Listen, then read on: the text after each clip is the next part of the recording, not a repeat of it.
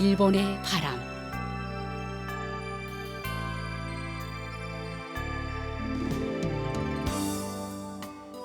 청취자 여러분 안녕하십니까? 일본 정부가 전해드리고 있는 방송 일본의 바람입니다. 저희 방송은 납치 문제를 중심으로 일본과 북조선 관련 뉴스 그리고 일본의 현재 모습과 일본 음악을 보내드리고 있습니다.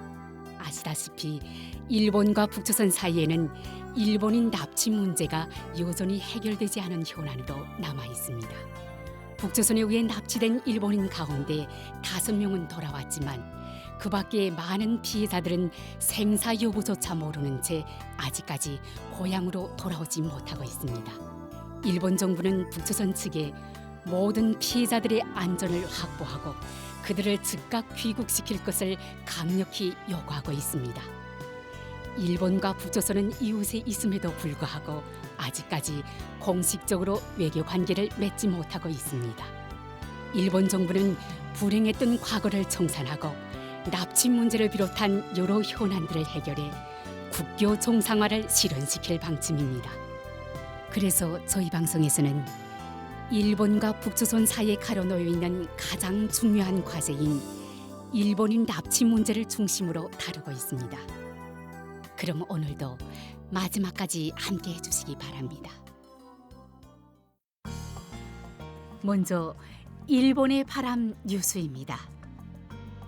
작년 12월 14일 도쿄에서 일본 정부 주최로 납치 문제에 관한 토론회가 개최되었습니다.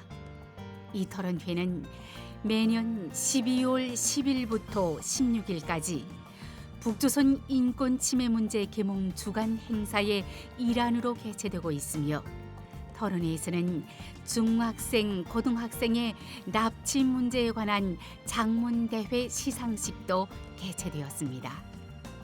오늘은 이 장문대회의 중학생 부문에서 최우수상을 받은 쿠라시키 시립 히가시 중학교 3학년인 코하라 아이로 학생의 장문을 소개해드리겠습니다. 그 손을 잡을 때까지 아침에 다녀오겠습니다 라고 인사하고 학교에 가서 공부하고 다녀왔습니다 라고 인사한 뒤 집에서 가족들과 따뜻한 저녁을 먹고 잠을 잔다. 이것이 나의 당연한 일상이며 북조선에 의해 송도리째 자유를 빼앗긴 요코타 메구미 씨의 일상이기도 했다. 메구미 씨는 납치되어 북조선으로 향하는 배 안에서 울부짖으며 벽을 계속 긁어 도착했을 때에는 양손의 손톱이 벗겨지고 손가락이 피의 붉은색으로 물들어 있었다고 한다. 나는 이 이야기만으로도 사건의 참혹함과 메구미 씨의 비통한 외침을 느꼈지만 북조선에서의 힘든 하루하루를 상상하면 더욱 심장이 조이는 듯한 고통까지 느꼈다. 메구미 씨처럼 납치된 사람은 일본인만 17명이 넘는다. 만약 내가 그 중에 한 명이었다면 당장이라도 일본으로 돌아가고 싶었을 것이다. 납치 피해자들은 손을 있는 대로 뻗어 구출해 줄 것을 기다리고 있을 것이다. 그러나 40여 년이 지난 지금까지도 그 손을 잡아주지 못해 납치 피해자들은 일본으로 돌아오지 못하고 있다. 나는 이번 여름에 납치 문제에 관한 중학생 대표 모임에 오카야마 현 대표로 참가하여 메구미 씨의 남동생인 요코타 타쿠야 씨의 이야기를 들었다. 납치 피해자 자신의 괴로움과 고통도 물론 매우 크지만 그 이상으로 납치 피해자 가족의 불안한 마음과 초조함도 크다. 꼭 다시 보고 싶다. 그 마음이 화살에 맞은 것처럼 똑바로 내게 와서 꽂혔다. 그 마음에 공감하면서 나는 납치 피해자분들을 반드시 되찾겠다고 결심했다. 대표 모임에 참가한 인원과 정부 측의 인원은 일본 인구와 비교하면 한 주먹도 안 되는 숫자에 불과하다. 납치 문제라는 엄청난 무게의 문제를 일부 사람만으로 해결하기에는 한계가 있다. 그렇기 때문에 납치 문제를 해결하기 위해서는 국민 한 사람 한 사람이 납치 문제에 대해 알아야 하며 납치 피해자를 되찾겠다는 생각이 강해져야 한다. 해결에 대한 의식을 가진 사람이 많을수록 문제 해결에 대한 강력한 뒷받침이 된다. 그러므로 납치 문제를 알고 납치 피해자가 일본으로 돌아올 것을 강력히 바라게 된 내가 선두에 서서 납치 문제의 현재 상황을 널리 알려야 한다. 나의 납치 피해자를 되찾고자 하는 결심의 계기가 된 이 대표 모임처럼 나의 장문을 많은 사람이 읽게 됨으로써 납치 문제를 알게 되는 계기가 될 것을 기대한다. 메구미 씨가 납치된 니가타 현에서는 납치 문제 계몽 활동이 학교에서 잘 이루어지고 있다고 들었다. 그러나 나는 납치 문제에 대해 학교에서 배운 기억이 거의 없다. 일본 전체에 관련된 문제의 대처에 차이가 있어서는 안 된다. 납치 문제는 사람의 자유를 불합리하게 빼앗는 인권 침해이기도 하다. 어떻게 하면 자신의 일로 생각할 수 있게 할까? 먼저 인권 주간에 납치 문제를 다루자고 학교에 제안하고 싶다. 지금도 납치 피해자들은 자유를 빼앗긴 상황 속에서도 구출해 주기를 바라며 열심히 손을 뻗고 있다. 우리는 그 손을 잡아야만 한다. 이상 일본의 바람 뉴스였습니다.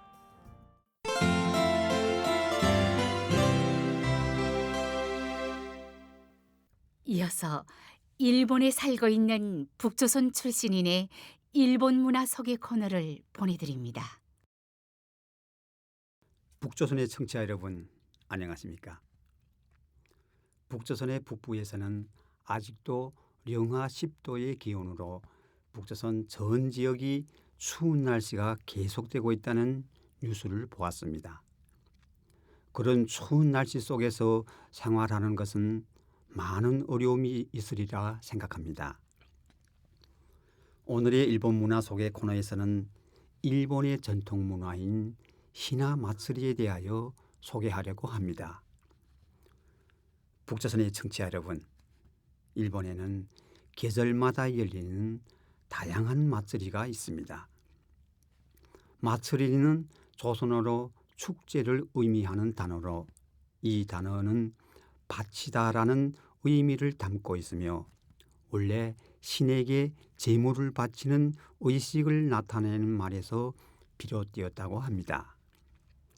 그러나 오늘날 마츠리라는 단어는 단순한 종교 의식을 넘어 많은 사람들이 모여서 기념하고 축하하는 다양한 행사들을 통칭하는 용어로 사용되고 있습니다. 일본의 마츠리는 그 자체로 하나의 문화적인 상징이며 그 속에는 깊은 의미와 전통이 깃들어 있습니다.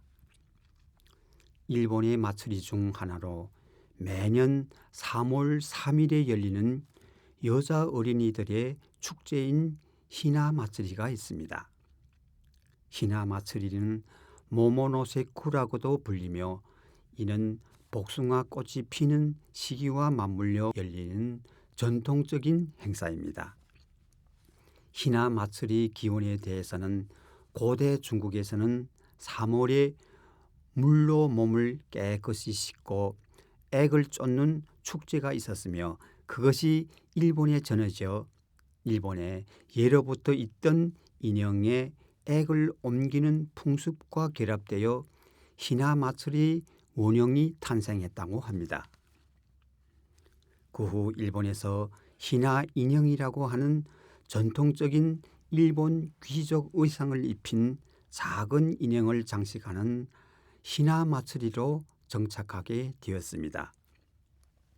희나 인형은 단순한 장식품이 아니라 각각의 가정에 있는 여자 어린이들의 건강과 행복을 바라는 의미가 있다고 합니다.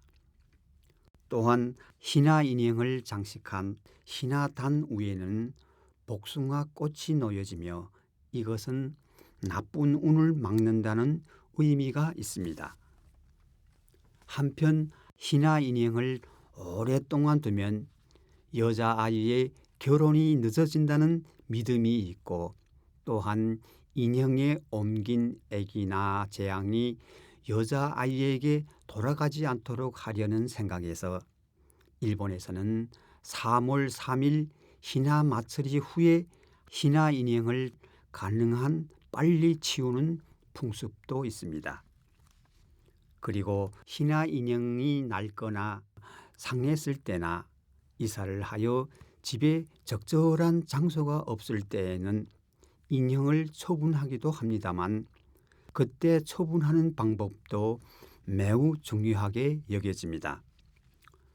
예를 들어 인형에 영혼이 깃들어 있다고 믿어지는 만큼 신사나 절에 공양하는 방법으로 인형을 처분하는 경우도 있습니다.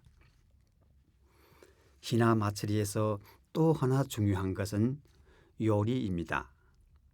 맑은 술인 백주는 아이의 몸에서 약한 기운을 물리치는 건강 기원의 의미가 담겨 있습니다. 그리고 희시모찌라는 떡은 부모가 아이의 건강을 기원한 마음을 표현한 요리라고 합니다. 또한 희나 인형에 바치는 과자 중에는 사탕가루를 주요 재료로 하는 희나 아라레라는 과자가 있습니다만 희나 아라레는 복숭아, 흰색, 초록 등의 색으로 물들어져 있으며 딸의 건강한 성장을 기원한다는 의미가 담겨 있습니다. 북조선의 청취자 여러분, 희나 마츠리의 날짜는 지인의 집에 초대를 받았습니다. 방의 절반을 차지할 정도로 크고 여러 층으로 된 희나단 위에 있는 일본의 전통 의상을 입은 여러 형태의 희나 인형들이 장식되고 있었습니다. 희나 인형을 보고 지인은 희나 마츠리에 대해 자세하게 설명해 줬습니다. 일본에는 희나 마츠리 때에 조부모님으로부터 희나 인형이나 현금, 과일 등을 선물 받는 경우가 있다고 들었습니다. 저는 일본인 지인에게 북조선에는 일본의 희나 마츠리와 같은 축제는 없지만 어린이가 태어나면 100일이나 1년이 되는 날을 기념하여 주변 사람들과 지인들을 초청하여 어린이의 건강과 미래를 축복하여 현금 등의 선물을 주는 풍습이 있다고 말해 주었습니다. 북조선의 청취자 여러분, 희나 마츠리는 공휴일은 아니지만 이 시기에는 호텔, 신사, 미술관, 공원 등에서 희나 마츠리와 관련된 다양한 행사와 전시가 열립니다. 또한 작은 상점과 대형 상점 등에서도 희나 인형이 장식되는 곳들이 있으며 희나 마츠리를 기념하는 상품들이 판매되기도 합니다. 이러한 활동은 일본의 전통 문화와 역사적 의미를 전달하는 중요한 역할을 하며 일본 사회에 깊이 뿌리내린 문화적 특성을 엿볼 수 있습니다. 일본은 히나마츠리뿐만 아니라 1년 내내 다양한 축제와 전통적인 행사가 있으며 일본에서 생활하다 보면 일본인들이 현대적인 생활을 하면서도 전통 문화를 소중히 여긴다는 것을 잘 알 수 있습니다. 오늘의 일본 문화 속의 코너에서는 일본의 전통 문화인 히나마츠리에 대하여 소개해 드렸습니다. 일본 문화 속의 코너를 청취해 주신 북조선의 청취자 여러분, 대단히 감사합니다. 안녕히 계십시오. 이상 일본 문화 소개 코너였습니다.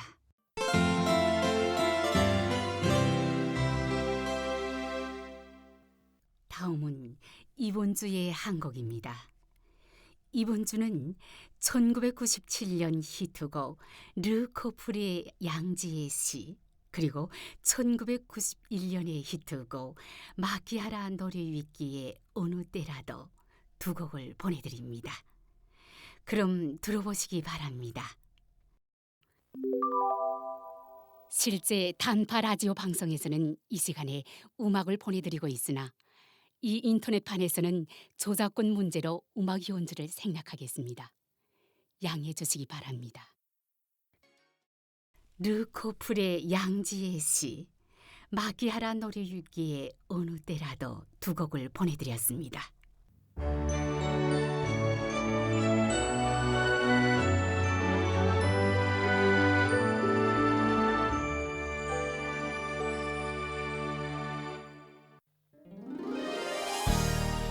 이 방송 일본의 바람은 북조선에 의해 납치되어 지금도 여전히 북조선에 옥류되어 있는 일본인들에 대해 알리고 일본에 대한 이해를 높이고자 일본 정부가 제공하는 방송입니다. 납치 문제 해결은 일본 정부에게 있어 한시라도 빨리 해결해야 할 최우선 과제입니다. 일본 정부는 북조선에 의해 납치된 피해자분들의 안전을 확보해 한시라도 빨리 돌아오게 하는 것이 무엇보다 중요하다고 생각하고 있습니다. 현재 일본 정부는 다음 12명을 북조선에 납치당한 채 지금도 여전히 옥류돼 있는 납치 피해자로 인정하고 있습니다. 후메 유타카 씨, 요코타 메구미 씨, 마츠모토 교코 씨, 타나카 미노루 씨, 타구치 야에코 씨, 이치카와 슈이치 씨, 마스모토 루미코 씨, 소가 미요시 씨, 이시오카 토오루 씨, 마츠키 카오루 씨, 하라 타다 아키 씨, 아리모토 케이코 씨, 그리고 이 밖에도 납치 가능성을 배제할 수 없는 사람들이 있을 것이라는 인식하에 일본 국내외로부터 정보를 수집하고 관련된 조사 및 수사를 강력히 추진하는 등 진상 규명을 위해 최선을 다해 노력하고 있습니다. 일본 정부는 북조선에 대해 어떤 상황에서도 모든 납치 피해자들의 안전을 확보하고 그들을 하루빨리 돌려보내줄 것을 강력히 촉구하고 있습니다. 납치 피해자에 관한 정보를 갖고 계신 분들은 어떤 정보든 좋으니 저희 쪽으로 보내주실 것을 당부드리며 아울러 납치 피해자들의 안전 확보를 위해서도 협조를 부탁드리는 바입니다. 일본 정부는 납치 피해자들의 안전 확보 및 정보 제공에 관한 여러분들의 협조에 감사드리는 바입니다. 그럼 헤어질 시간이 다 된 것 같네요. 다음 시간에 또 뵙겠습니다. 안녕히 계십시오.